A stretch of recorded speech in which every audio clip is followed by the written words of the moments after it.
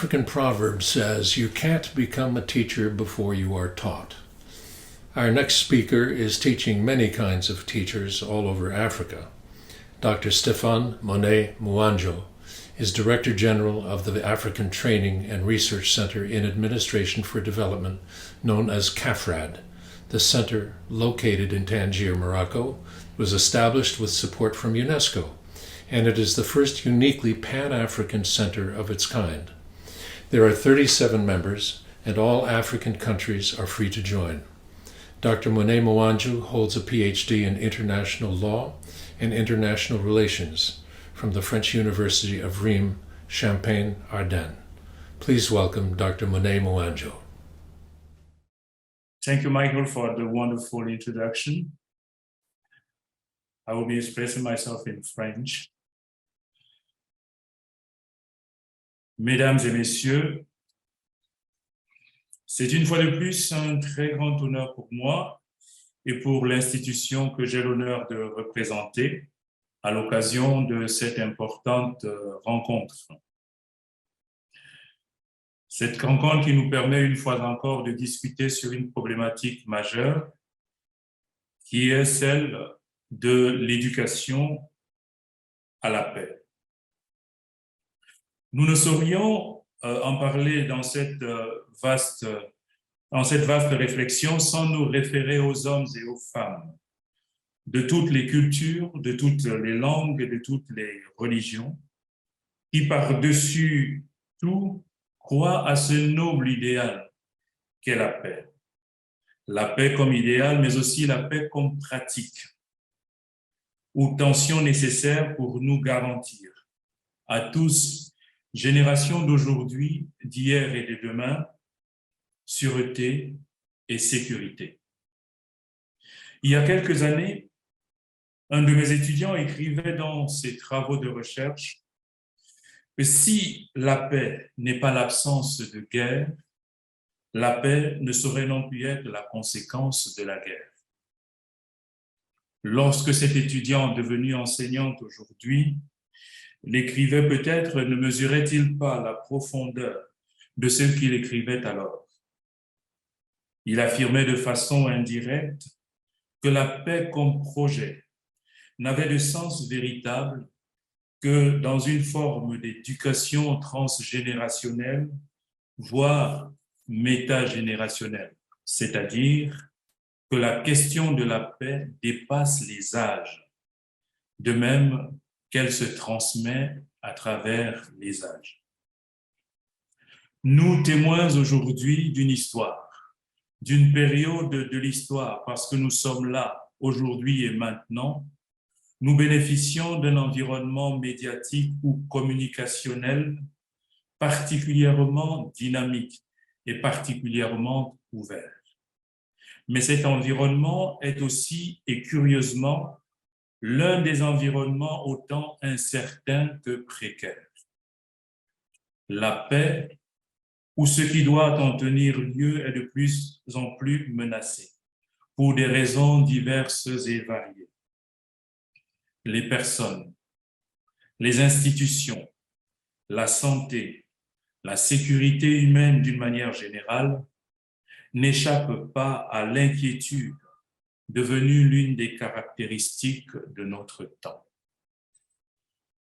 Face à l'incertitude du lendemain né de la structuration de nos systèmes de production, eux-mêmes assis sur des valeurs qui ennoblissent de moins en moins la personne humaine, nous entraînent dans une sorte de quête effrénée vers des formes diverses de sécurité, croyant ainsi y trouver la paix.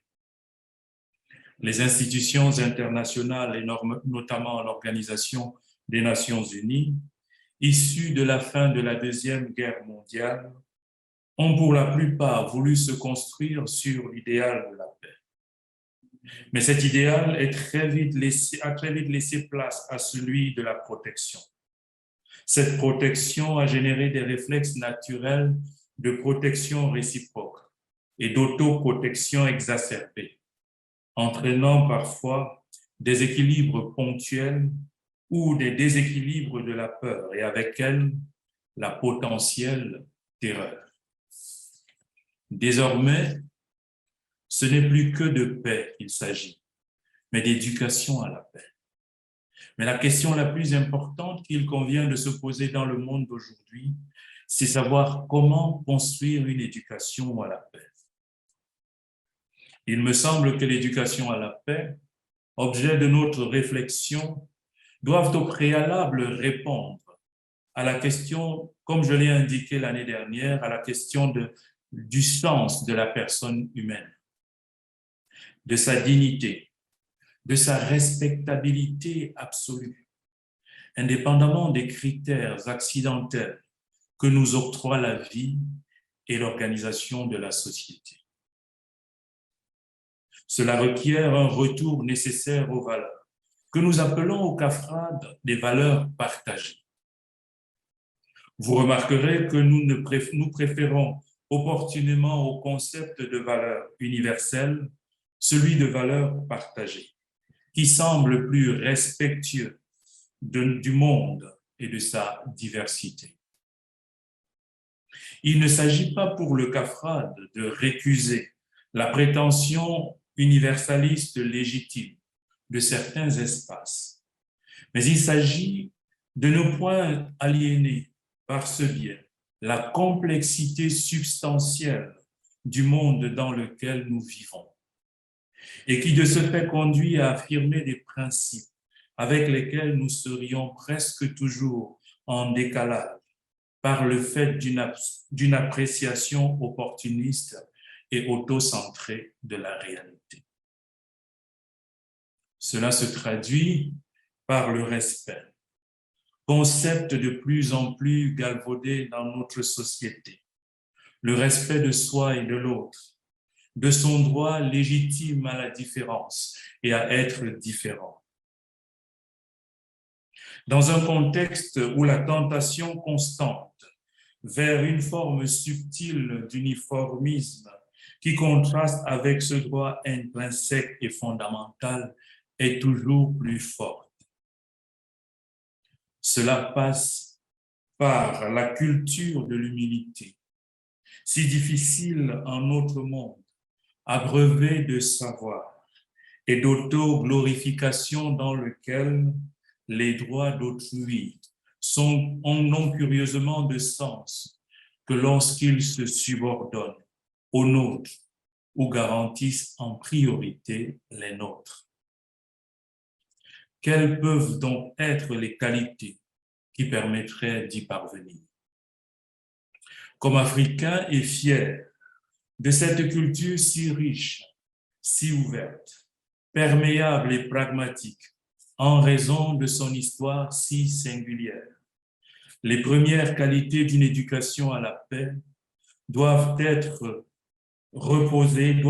premièrement reposer sur la conscience de la complexité du monde, des espaces, des cultures et des traditions.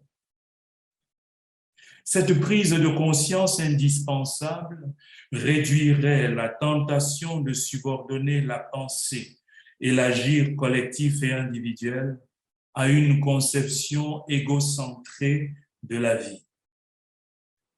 Cela entraînerait un certain nombre de conséquences dans la gestion des affaires de la communauté, aussi bien à l'échelle traditionnelle qu'à l'échelle locale, régionale, nationale ou internationale. C'est justement parce qu'on nous meurt politique, économique, voire communicationnelle, obéissent de moins en moins à la reconnaissance et au respect de l'autre dans sa singularité, autant que dans sa capacité à entrer en interaction avec nous de manière non belliqueuse, que le souci de protection et de surprotection apparaît et avec lui la crainte et parfois l'anticipation des situations de belligérance, que notre vocabulaire moderne et policé qualifie de situation de guerre préventive. Les cadres juridiques formels ou informels, bâtis sur des consensus réels ou tacites, issus eux aussi de convictions, de subordination raisonnable en raison de la disproportion des rapports de force réels ou supposés, n'en sont en effet que les reflets de cette société que nos choix délibérés auront bâti. C'est pourquoi une organisation comme le CAFRAD, que j'ai l'honneur de conduire encore aujourd'hui, a mis un accent sur le concept de gouvernance publique responsable. Il s'agit en effet de la responsabilité en matière de gouvernance, mais aussi en matière de gouvernance des relations interindividuelles, interinstitutionnelles et internationales. Nous considérons qu'il ne saurait y avoir de véritable culture de paix, encore moins d'éducation à la paix, sans une idée préalable de responsabilité. De la même manière, nous ne saurions bâtir une éducation à la paix sans éducation au respect, sans prise en compte du droit légitime de tous et de chacun à la vie, en projetant l'affirmation de ces principes et de ces droits dans la construction des personnes et la formation des personnalités à divers niveaux de la hiérarchie sociale. Cela passe nécessairement dans notre cas par les formations destinées aux différentes cibles de nos institutions, à savoir les autorités publiques ainsi que celles du secteur privé. Les autorités administratives, celles en charge de l'éducation, des formations universitaires, mais aussi celles des forces de défense et de sécurité, dans le cadre d'accords spécifiques que nous nouons avec elles. Cela ne se fait à l'évidence pas sans difficulté. Voilà pourquoi nous considérons au CAFRAD qu'il est nécessaire de garder un contact constant avec les leaders de nos institutions ainsi qu'avec les leaders de nos pays.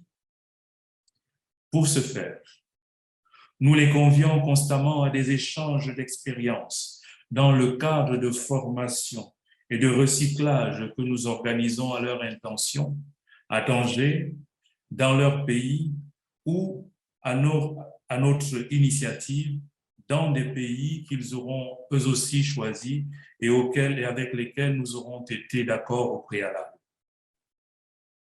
Cela nous permet de rappeler les fondamentaux nécessaires à la construction de sociétés apaisées, plus et mieux intégrées entre elles et plus ouvertes à la rencontre d'autres espaces et d'expériences où le maître mot sera l'échange constructif, co-constructif et non plus simplement la confrontation binaire de laquelle nous semblons désormais si souvent nous être accommodés. Le CAFRAD se réjouit donc une fois de plus de cette part que les organisateurs de cette rencontre ont bien voulu lui accorder une fois de plus. Il remercie par ma voix le docteur Federico Mayor pour avoir avec d'autres pensé ce concept d'éducation à la paix comme contribution à la culture de l'humanité en ces temps si troubles, faits d'incertitude et d'espoir pour nous-mêmes ainsi que pour les générations à venir. L'éducation à la culture de la paix invite donc pour nous à une éducation au respect de la complexité du monde, au respect de l'autre et de soi, que nous devrions intégrer dans les processus de formation, de socialisation, de coopération et qui sont en réalité les conditions et les gages d'une société internationale plus responsable parce que respectueuse de l'authenticité de chacun ainsi que de notre commune vocation à l'universalité. Je vous remercie de votre bienveillante attention. Alors, je vais à l'instant signer une pétition en vue de la reconnaissance par l'Organisation des Nations Unies d'une journée mondiale de l'éducation à la culture de la paix. Je pense que c'est une initiative qui mérite d'être soutenue et reconnue par l'institution et par les institutions internationales pour donner plus de sens à cette belle initiative que nous soutenons complètement.